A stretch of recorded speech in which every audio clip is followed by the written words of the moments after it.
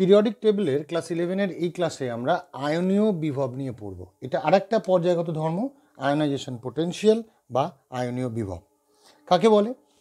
আয়নীয় বিভব বলতে বোঝাচ্ছে যখন কোনো একটি পরমাণু মুক্ত গ্যাসীয় অবস্থায় থাকে, মানে এর সাথে কারোর কোনো বন্ধন নেই, কারোর কোনো আকর্ষণ নেই, সেই মুক্ত গ্যাসীয় অবস্থায় সেই পরমাণুর শেষ কক্ষ থেকে একটি ইলেকট্রন বর্জন করার জন্য বা অপসারণের জন্য ন্যূনতম যে পরিমাণ শক্তির প্রয়োজন, সেই শক্তিকে বলছি তার আয়নাইজেশন পোটেনশিয়াল বা আয়নীয় বিভব। আরেকবার, কোনো একটি পরমাণু যখন মুক্ত গ্যাসীয় অবস্থায় থাকবে তখন সেই পরমাণুর শেষ কক্ষ থেকে একটি ইলেকট্রন অপসারণ করার জন্য সবথেকে কম যে পরিমাণ শক্তির প্রয়োজন, ন্যূনতম যে পরিমাণ শক্তির প্রয়োজন, সেই পরিমাণ শক্তিকে বলা হচ্ছে তার আয়নীয় বিভব বা আয়নাইজেশন পোটেনশিয়াল। এটা কেন পর্যায়গত ধর্ম? তার কারণটাই হচ্ছে, যদি আমরা পর্যায় বরাবর বাঁ পাশ থেকে ডান পাশে যাই বা শ্রেণী বরাবর ওপর থেকে নিচে নামি, তাহলে নির্দিষ্টভাবে এই আয়নীয় বিভব পরিবর্তন হয়। এবং কীভাবে পরিবর্তন হয় সেটা আগে বলে নিই, তারপরে আমরা কারণ ব্যাখ্যা করব। বলা হচ্ছে পর্যায় বরাবর যদি বাঁ পাশ থেকে ডান পাশে যাওয়া যায় তাহলে আয়নীয় বিভব বৃদ্ধি পায়, বেড়ে যায়। আর যখন উপর থেকে নিচে নামা যায় তখন আয়নীয় বিভব হ্রাস পায়। তাহলে পর্যায় বরাবর বাঁ পাশ থেকে ডান পাশে গেলে আয়নীয় বিভব বাড়ে, আর শ্রেণী বরাবর উপর থেকে নিচে নামলে আয়নীয় বিভব হ্রাস পায় বা কমে যায়। কেন কমে যায়? এর কারণটা ব্যাখ্যা করতে গেলে আমাদের আয়নীয় বিভব কোন কোন বিষয়ের উপর নির্ভর করে সেগুলো জানতে হবে। যেরকম প্রথম কার উপর ডিপেন্ড করে, সেটা হচ্ছে পরমাণুর আকার বা আয়তন বলা যেতে পারে। পারমাণবিক আয়তনের উপরে আয়নীয় বিভব ডিপেন্ড করে। কীভাবে ডিপেন্ড করে?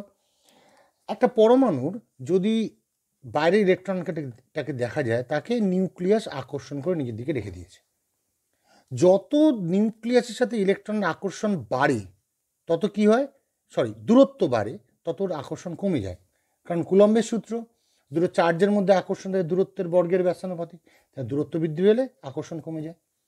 তাহলে যত দূরত্ব বৃদ্ধি পাবে তত আকর্ষণ কমে যাওয়ার জন্য ইলেকট্রনটিকে অপসারণ করতে গেলে কম পরিমাণ শক্তি দেওয়ার দরকার পড়বে।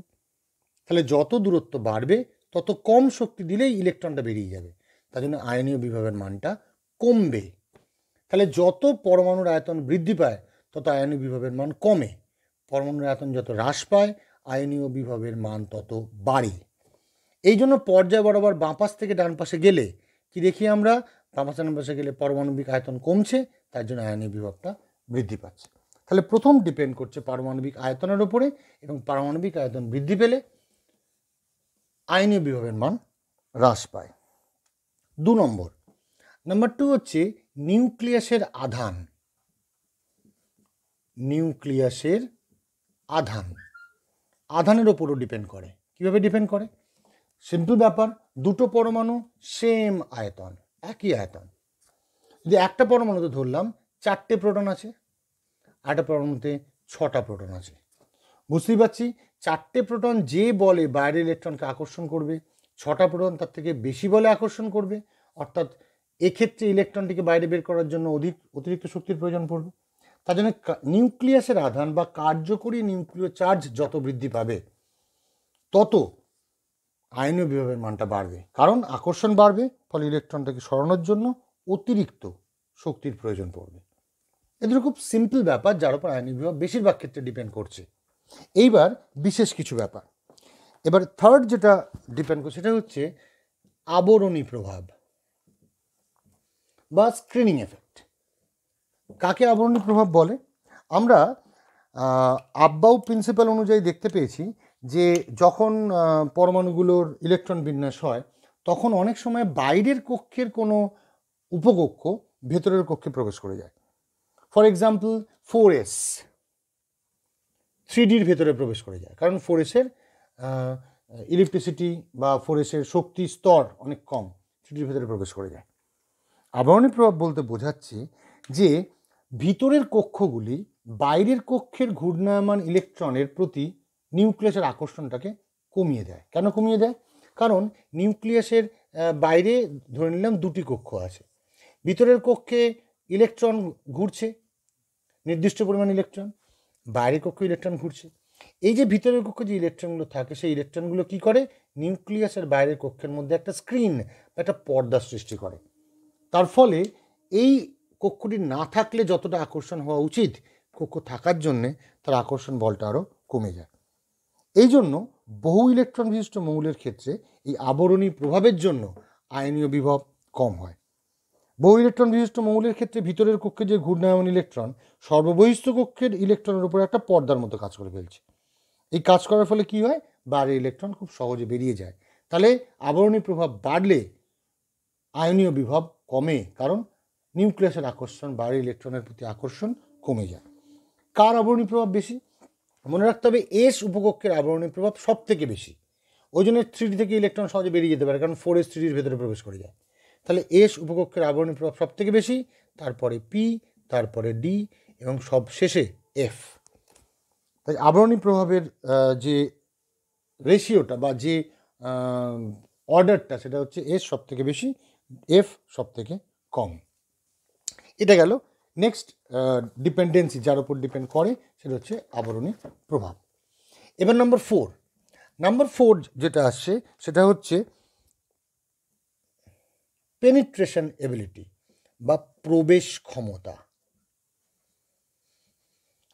একটু আগে যেটা আলোচনা হচ্ছিল, 4s এবং 3Dর মধ্যে কি হয়, 3Dর ইলিপ্টিসিটি বা উৎকেন্দ্রতা কম হওয়ার জন্য 4s অরবিটাল 3Dর মধ্যে প্রবেশ করে যায়।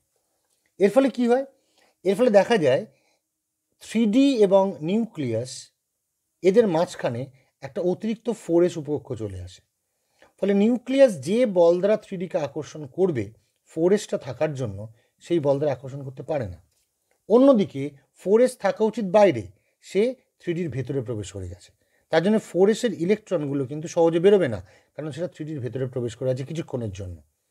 এইভাবে যদি বাইরের কোনো কক্ষ ভিতরে প্রবেশ করে যায়, তখন এই ভিতরে প্রবেশ করে যাওয়ার জন্য সেই কক্ষ থেকে ইলেকট্রন সহজে নির্গত হয় না।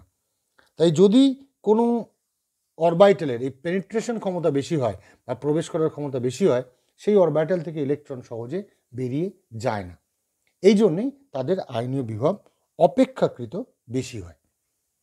এটা হচ্ছে 4 নম্বর প্রমাণ বা 4 নম্বর পয়েন্ট, যেটা হচ্ছে প্রবেশ ক্ষমতা। নেক্সট 5 নম্বর পয়েন্ট, ইলেকট্রন বিন্যাস, ভেরি ইম্পর্টেন্ট।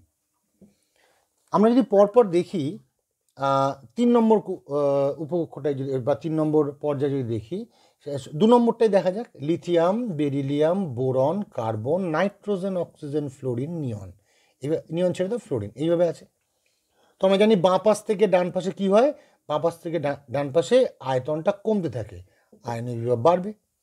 তাহলে বলতে পারি সব থেকে কম আয়নীয় বিভব লিথিয়াম, তারপরে বেরিলিয়াম, তারপরে বোরন, তারপরে কার্বন, তারপরে নাইট্রোজেন, তারপরে অক্সিজেন, তারপরে ফ্লোরিন। এটা হওয়া উচিত, কিন্তু না, এখানে দু জায়গায় একটা প্রবলেম দেখা দেয়। বেরিলিয়ামের ইলেকট্রন বিন্যাস যদি আমরা দেখি, সেটা হচ্ছে বেরিলিয়াম 1s2 2s2, অর্থাৎ এসে দুটো ইলেকট্রন, এখানেও এসে দুটো ইলেকট্রন। যেহেতু এসের মধ্যে ইলেকট্রনগুলো পেয়ার্ড আপ হয়ে থাকে বা ইলেকট্রনগুলো জোড় অবস্থায় থাকে, তার জন্যে এস থেকে ইলেকট্রন সহজে বেরোতে পারে না। কারণ ইলেকট্রনগুলো যদি বের করতে হয়, তাদের জোড় অবস্থাটাকে ভাঙতে হবে, তারপর ইলেকট্রন বের করতে হবে। এই জন্য সহজে বেরোতে পারে না। এর ফলে কি হয়, বেরিলিয়ামের আয়নীয় বিভবটা বোরনের থেকে বেশি হয়। তাহলে অ্যাকচুয়াল অর্ডারটা দাঁড়ায় প্রথমে লিথিয়াম, তারপরে বোরন, তারপরে বেরিলিয়াম। ভালো কথা, তারপরে কার্বন, তারপরে নাইট্রোজেন, তারপরে অক্সিজেন। তাও না, এখানেও প্রবলেম। নাইট্রোজেনের ইলেকট্রন বিন্যাস যদি দেখা যায়, সেটা হচ্ছে 1s2 2s2 2p3, পিতে 3টে ইলেকট্রন। এবং আমরা জানি যদি কোনো উপকক্ষ সম্পূর্ণ ভর্তি হয় বা অর্ধপূর্ণ হয়, তখন তো ইলেকট্রন বিন্যাস স্থায়ী হয়। স্থায়ী ইলেকট্রন বিন্যাস থাকার জন্য সেখান থেকে ইলেকট্রন সহজে বেরোয় না, অতিরিক্ত শক্তি প্রয়োজন পড়ে ইলেকট্রন সরানোর জন্য। এই জন্য নাইট্রোজেনের থেকে অক্সিজেনের আয়তন ছোট হওয়া সত্ত্বেও অক্সিজেনের আয়নীয় বিভব কম, তারপর নাইট্রোজেন, তারপর ফ্লোরিন, তারপর নিয়ন, কারণ নিয়নের স্থায়ী ইলেকট্রন বিন্যাস, আয়নীয় বিভব সব থেকে বেশি। তাহলে ইলেকট্রন বিন্যাসের জন্য যদি আমরা দেখি কোনো জায়গাতে ইলেকট্রনগুলো পেয়ার্ড আপ হয়ে আছে, জোড় অবস্থায় আছে, বা ইলেকট্রনগুলো অর্ধপূর্ণ অবস্থায় আছে, সেক্ষেত্রে আয়নীয় বিভব যত হওয়া উচিত তার থেকে বেড়ে যায়। তো এই সব কারণগুলো, এই 5টা কারণের ওপর ডিপেন্ড করে কোনো একটা অবস্থার আয়নীয় বিভব। তাহলে সাধারণ পার্থক্য যদি দেখতে হয়, বাঁ পাশ থেকে ডান পাশে যদি পর্যায়সারণী যাই, আয়নীয় বিভব বেড়ে যাবে, ওপর থেকে নিচে কমে যাবে। কিন্তু নিউক্লিয় আধান, আবরণী প্রভাব, অরবাইটালের প্রবেশ ক্ষমতা এবং ইলেকট্রন বিন্যাসের উপর ভিত্তি করে কোনো কোনো জায়গায় কিছু পার্থক্য দেখা যায়, বা বলা যায় কিছু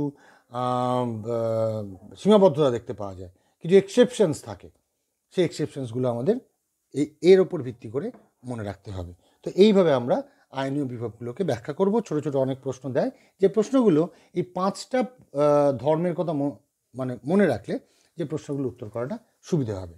সো আমরা দ্বিতীয় ধর্ম পড়লাম, পর্যায় সারণী বা পর্যায়গত ধর্ম পড়লাম, আয়নীয় বিভব।